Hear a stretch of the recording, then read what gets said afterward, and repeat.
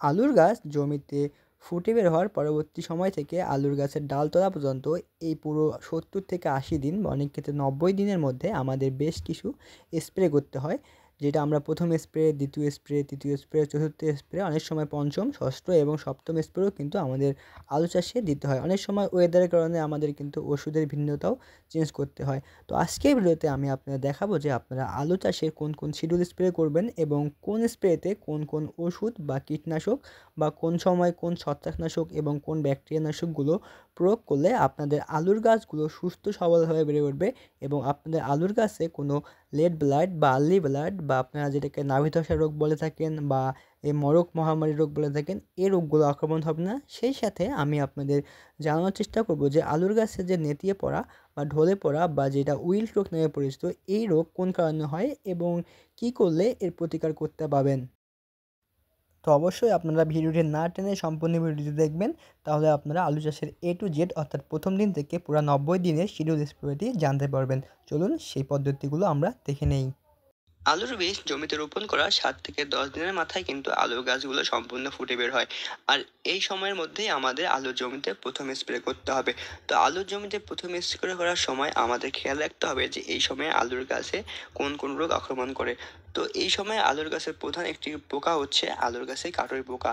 তো আলুর গাছে কাটুই পোকা দমন করার জন্য আমরা অবশ্যই ক্লোরোপাইরিস প্লাস সাইপারমেথ্রিন গ্রুপের কীটনাশক অথবা ল্যামডাসালোথিন গ্রুপের কীটনাশক প্রতি লিটার পানিতে 2 ml নিয়ে আমরা আমাদের জমিতে স্প্রে করব। সেই সাথে এই সময় আলুর গাছে এক ধরনের ছত্রাকের আক্রমণ হতে পারে।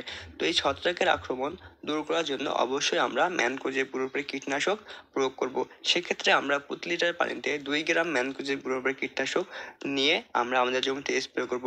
এবং সেই সাথে অবশ্যই আমরা এই সময়ে আমাদের কাছে সালফার বা যেটা থিওবিট নামে পরিচিত, এই থিওবিট প্রতি লিটার পানিতে 2 থেকে 2.5 গ্রাম নিয়ে আমরা আমাদের জমিতে প্রথমে স্প্রে করব।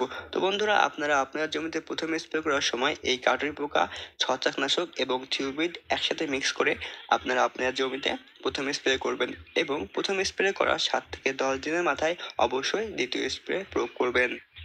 দ্বিতীয় স্প্রের সময় অবশ্যই আপনারা জমিতে পিজিআর বা অন্য খাদ্য প্রয়োগ করবেন।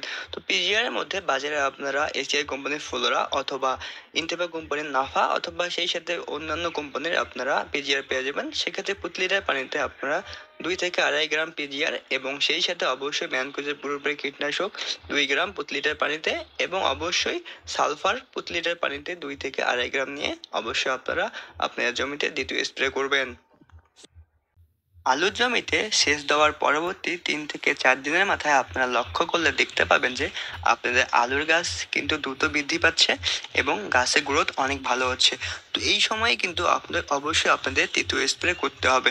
তো তৃতীয় স্প্রেতে অবশ্যই আপনারা ম্যানকোজেবের মাত্রা কিন্তু বাড়িয়ে দেবেন এবং সেই ক্ষেত্রে অবশ্যই আপনারা প্রতি লিটার পানিতে 3 থেকে 4 গ্রাম ম্যানকোজেব নিয়ে এবং সেই সাথে অবশ্যই আপনারা বাজারে যে চিলেটের জিঙ্ক পাওয়া যায়, এই চিলেটের জিঙ্ক প্রতি লিটার পানিতে 1 গ্রাম নিয়ে আপনারা আপনাদের জমিতে তৃতীয় স্প্রেটি করে দেবেন। আলুর গাছের বয়স 40 থেকে 45 দিনের মাথায় আপনারা লক্ষ্য করবেন যে আপনাদের আলুর গাছ ডালপালা কিন্তু পুরো জমিতে ছেয়ে গেছে। তো এই সময় অবশ্যই আপনাদের নাভি ধসা বা আগাম ধসা রোগের প্রতিকার ব্যবস্থা গ্রহণ করতে হবে। সেক্ষেত্রে অবশ্যই আপনারা ম্যানকোজেব প্লাস মেটাক্সিল গ্রুপের কীটনাশক অথবা সাইমোক্সালিন প্লাস ম্যানকোজেব গ্রুপের কীটনাশক প্রতি লিটার পানিতে 2.5 থেকে 3 গ্রাম নিয়ে আপনাদের জমিতে কিন্তু একটি স্প্রে করে দিতে হবে। এই ক্ষেত্রে আপনার যদি এই আগাম দশা বা নাভি দশা বা ব্লাড রোগের প্রাদুর্ভাব থাকে সেটাও যেমন দমন হয়ে যাবে এবং সেই সাথে আলুর গাছের যদি অতিরিক্ত গ্রোথ থাকে সেই অতিরিক্ত গ্রোথও কন্ট্রোল হয়ে যাবে। বন্ধুরা, আশা করি এভাবে যদি আপনারা আলুর গাছের প্রথম 50 দিনের পরিচর্যা করেন তাহলে অবশ্যই আপনাদের আলুর গাছের প্রথম 50 দিনে কোনো রোগ বালাই হবে না এবং আপনাদের আলুর গাছগুলো সুস্থ এবং সবল থাকবে। আলুর গাছের বয়স 50 দিনের পরবর্তী সময় থেকে আলুর ডাল তোলা পর্যন্ত আপনাদের জমিতে কোন কোন পরিচর্যা করবেন এবং কিভাবে আপনারা আপনার আলুর গাছগুলোকে সুস্থ সবল রাখবেন এবং এই সময়ে আপনার আলুর গাছে কোন কোন রোগবালাই দেখা দিতে পারে এবং কোন কোন ভিটামিনগুলো ব্যবহার করলে আপনারা আলুর সাইজ বড় করতে পারবেন এবং সেই সাথে আপনারা আলু চাষে লাভবান হবেন। তো চলুন বন্ধুরা, আমরা সেই বিষয়গুলো দেখে নেই। আলুর গাছের বয়স 50 দিনের বেশি হয়ে গেলে আমরা আলুর জমিতে দ্বিতীয় সেচ দিব। আর দ্বিতীয় সেচ দেওয়ার পূর্বে অবশ্যই আমরা আমাদের আলুর গাছে স্প্রে করব। এই স্প্রেতে অবশ্যই আপনারা আপনাদের আলুর গাছের জন্য যে লেট ব্লাইট বা আপনাদের যে মরক মহামারী রোগ আছে, এই ব্লাইট রোগের আক্রমণ দূর করার জন্য, এর প্রতিরোধ করার জন্য অবশ্যই আপনারা ম্যানকোজেব প্লাস মেটাক্সিল গ্রুপের ওষুধ অথবা ম্যানকোজেব প্লাস সাইমোক্সিলিন গ্রুপের ওষুধ অথবা ম্যানকোরেস প্লাস ডাইমোথাম গ্রুপের ওষুধ প্রতি লিটার পানিতে 3 থেকে 4 গ্রাম নিয়ে আপনারা একটা স্প্রে করে দিবেন এবং এই স্প্রে করার 2 থেকে 3 দিনের পর আপনারা আপনার জমিতে দ্বিতীয় সেচ দিবেন। দ্বিতীয় সেচ দেওয়ার পরে কিন্তু অনেক সময় আলুর গাছের রোগ আক্রমণ হতে পারে। এক্ষেত্রে অন্যতম একটি রোগ হতে পারে আলুর গাছের উইল্ট রোগ বা আলুর ঢলে পড়া রোগ, যেটাকে অনেকে নেতিয়ে পড়া রোগ বলতে পারে। এই রোগটি হলে অবশ্যই আপনারা দেখতে পাবেন যে আপনাদের সুস্থ আলু গাছগুলো হঠাৎ মারা যাচ্ছে এবং এই গোড়ার দিকে দেখবেন যে কালো কালো দাগ হয়ে যাচ্ছে।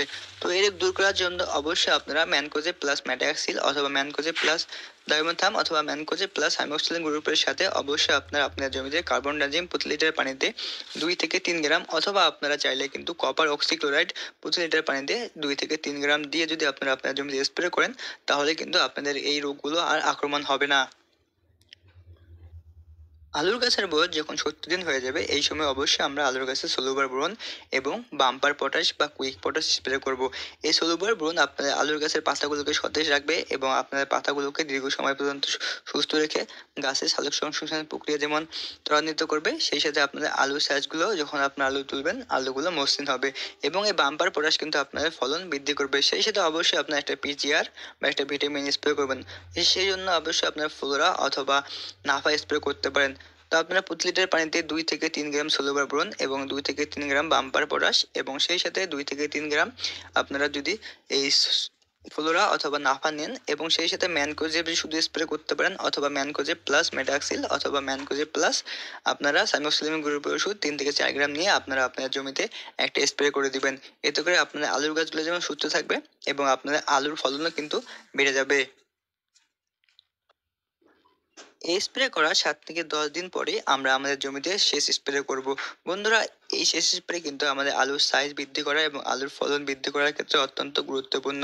এই সময় অবশ্যই আমরা আমাদের জমিতে জিব্রেলিক অ্যাসিড প্রয়োগ করব।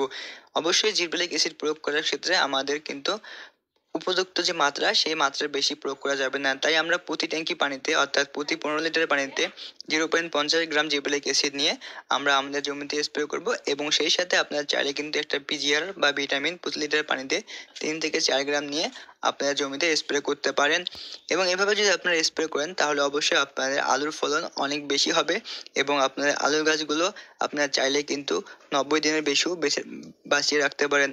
বন্ধুরা, আশা করি আলু চাষে আপনাদের এই ভিডিওটি অনেক উপকার দিবে এবং আপনারা যারা আলু চাষ করছেন, আলু চাষের সম্পূর্ণ A to Z ভিডিও আমার এই প্রোফাইলে দেওয়া আছে। এই ভিডিওগুলো আপনারা চাইলে কিন্তু দেখে নিতে পারেন এবং আপনারা সঠিকভাবে এবং আধুনিক পদ্ধতিতে আলু চাষ করে লাভবান হতে পারেন।